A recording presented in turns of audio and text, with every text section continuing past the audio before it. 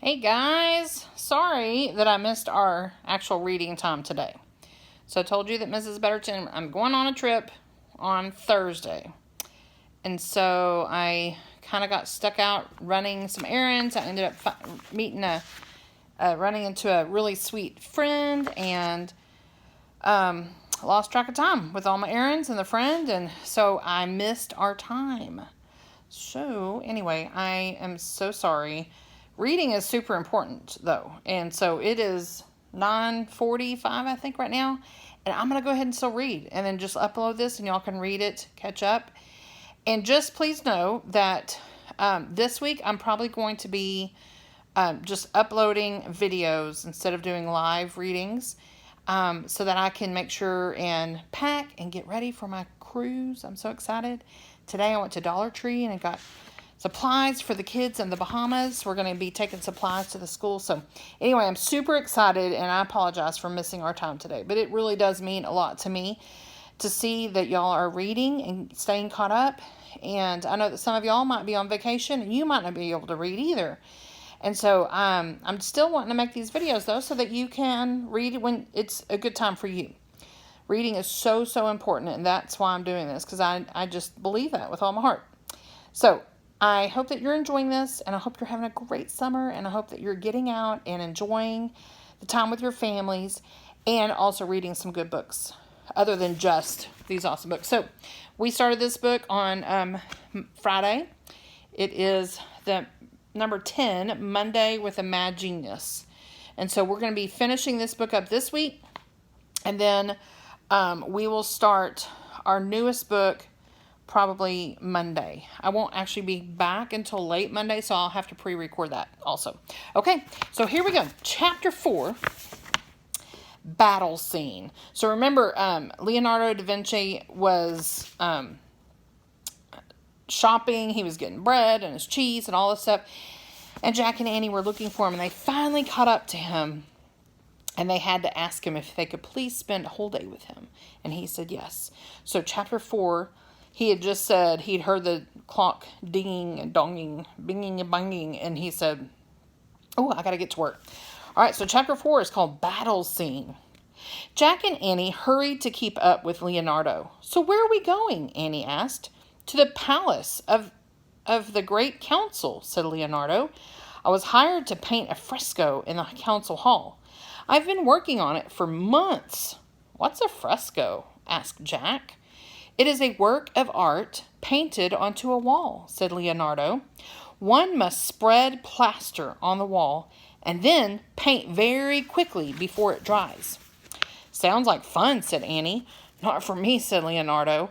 I believe great art requires much thought. I like to paint slowly, and I change things as I go along. So for this fresco, I have invented a special oil paint that dries very slowly. Does it work? Said Jack. Too well, said Leonardo. Now I have a new problem. Neither the plaster nor my oil paints have dried at all. Oh no, said Annie. But today all will be well, Leonardo said cheerfully. I have a plan to speed up the drying process. This morning I will fix everything.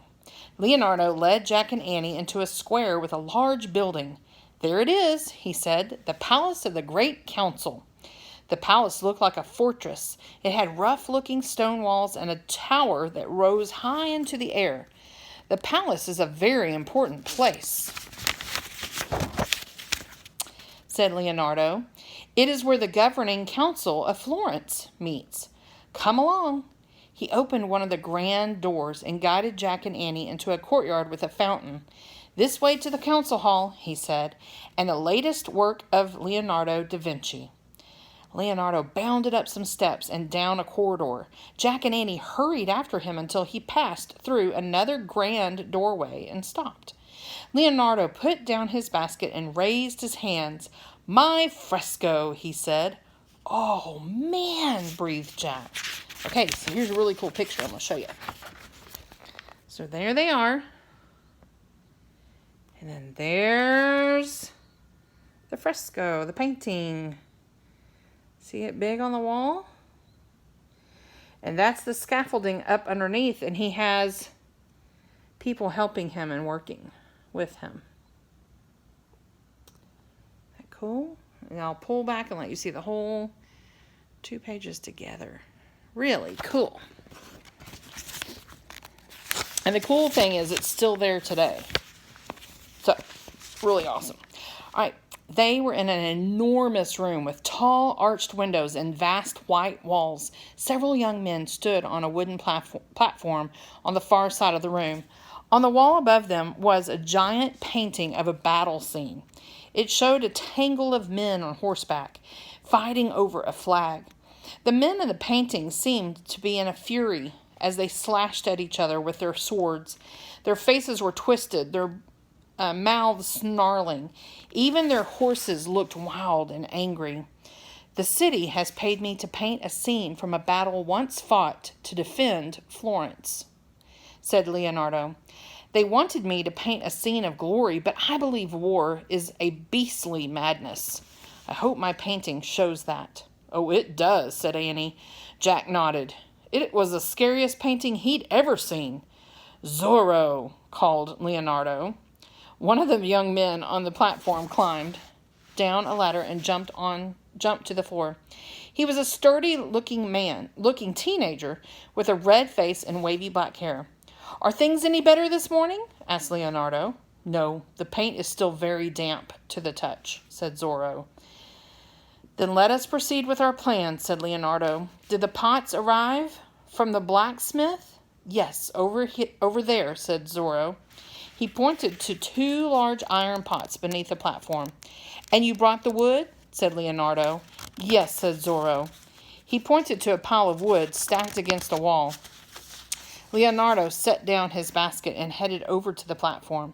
What's the plan, Leonardo? Asked Annie as she and Jack followed him.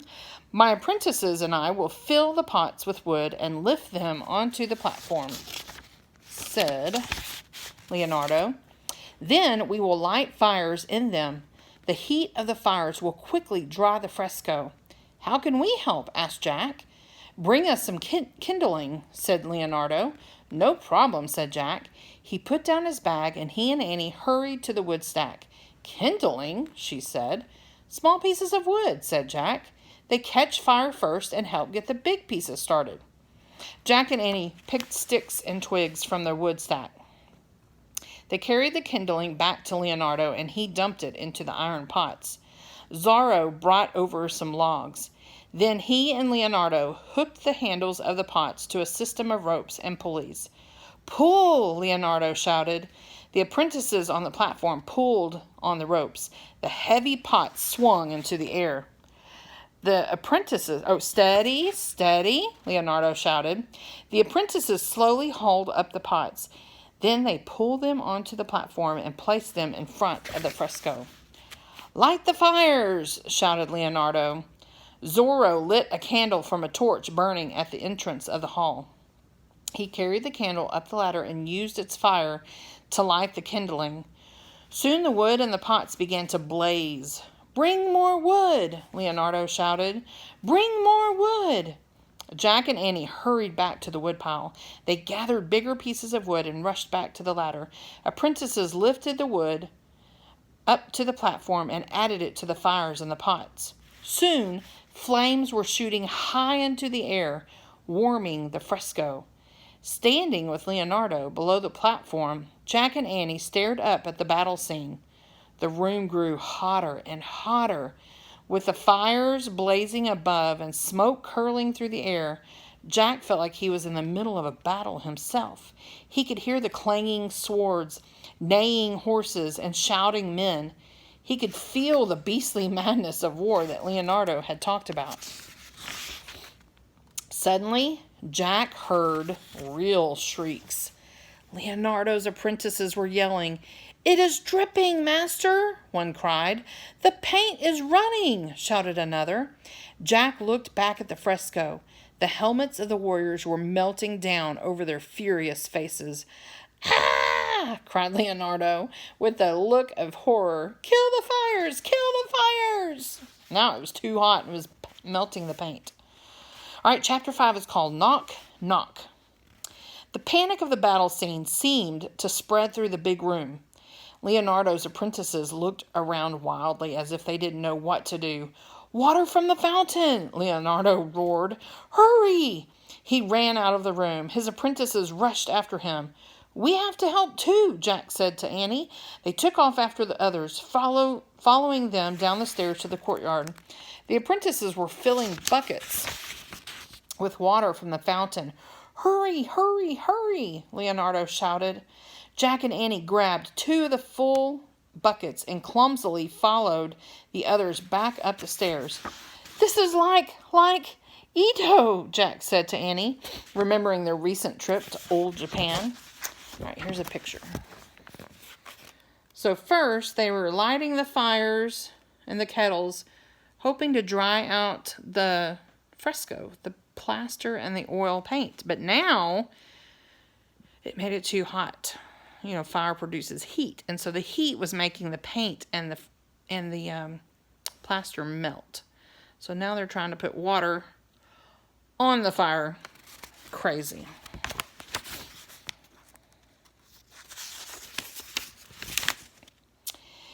"Yay," said Annie. "Yeah, except that was a city on fire. This is just paint melting." "True," thought Jack, but Leonardo was acting like it was a matter of life and death. Inside the hall, Leonardo and the princesses carried the buckets up the ladder. They splashed water over the flames in the 2 iron pots, but it was too late. The helmets and faces and swords of the fighting men had become a messy blur of streaks and blotches. The painting was ruined. Leonardo stared for a long moment at the wall. Then he climbed down the ladder and walked away. When he got to the door, Zorro shouted, "Master, wait!" But Leonardo kept walking. "We have to follow him," Annie said to Jack. "He seems really upset," said Jack. "I know," said Annie, "but we have to do what the rhyme says, help the genius all day long." "But what if he doesn't want our help anymore?" said Jack. "Look, he forgot his basket with all his stuff in it," said Annie. "We can take it to him." "Okay, good," said Jack. Annie picked up Leonardo's basket filled with feathers, flowers, cheese, and a loaf of bread. Jack grabbed his own bag and they hurried out of the council hall. When they got to the entrance of the palace, they saw Leonardo striding across the square. "Leonardo!" Annie yelled. Leonardo did not look back. He disappeared down a narrow lane. "Quick," said Jack. Jack and Annie took off across the square. When they got to the lane, they saw Leonardo at the far end. "Leonardo, wait!" Annie shouted. But Leonardo didn't wait. He kept going and rounded a corner. Annie and Jack ran faster. When they turned the corner, they looked right and left. Kids were playing in the street. 2 women were leaning out of windows talking to each other, but there was no sign of Leonardo. "Excuse me," Annie called to the women. "Have you seen Leonardo da Vinci?" "Oh, yes, he just got home," one woman said. "He lives just over there," said her neighbor. She pointed to a narrow building across the street. "Thank you," said Annie. She and Jack walked quickly to the building. A stone arch opened onto a wide pathway. They walked underneath the arch and down the pathway to a sunny cobblestone courtyard. A big white horse was tied to a cart. Chickens pecked the dirt between the warm stones. "Hi, guys," Annie said to the horse and chickens. Jack pointed to an open doorway across the yard. "He's in there. I hear him," he said. Annie and Jack moved quietly across the courtyard. They stopped outside a window. Leonardo was pacing up and down inside. His cap and cloak were on the floor. His hair was wild. "I'll leave Florence, that's what I'll do," Leonardo said to himself. "I shall go to Rome or back to Milan." Jack turned to Annie. "We shouldn't bother him," he whispered. "If I felt that bad, I wouldn't want people to bother me." "Not bother," said Annie. "Help. If I felt that bad, I'd want people to help me." "Come on, at least we can give him his stuff." Before Jack could stop her, Annie stepped into Leonardo's room. "Knock, knock," she said loudly. Leonardo whirled around. His face was red. He was scowling. "What are you doing here?" he said. "We brought you your things," said Annie. "You forgot them." She held up the basket. "Oh," Leonardo's face softened. "Thank you." Leave it all by the door, please, he said. Annie put the basket down. Then she looked up at Leonardo. We'd better go, Jack said softly to her. Wait. Annie stepped farther into Leonardo's room. We'd like to help you, she said. Leonardo scowled again. You cannot help me, he said. Do as your brother says, little girl. Go now. But Annie didn't move. Excuse me, but we're supposed to help you all day, she said. You made us your apprentices for the day, remember? Can you not see that I am miserable? Said Leonardo. But why are you miserable? Said Annie. You said that fame was the secret of happiness, and you're still famous.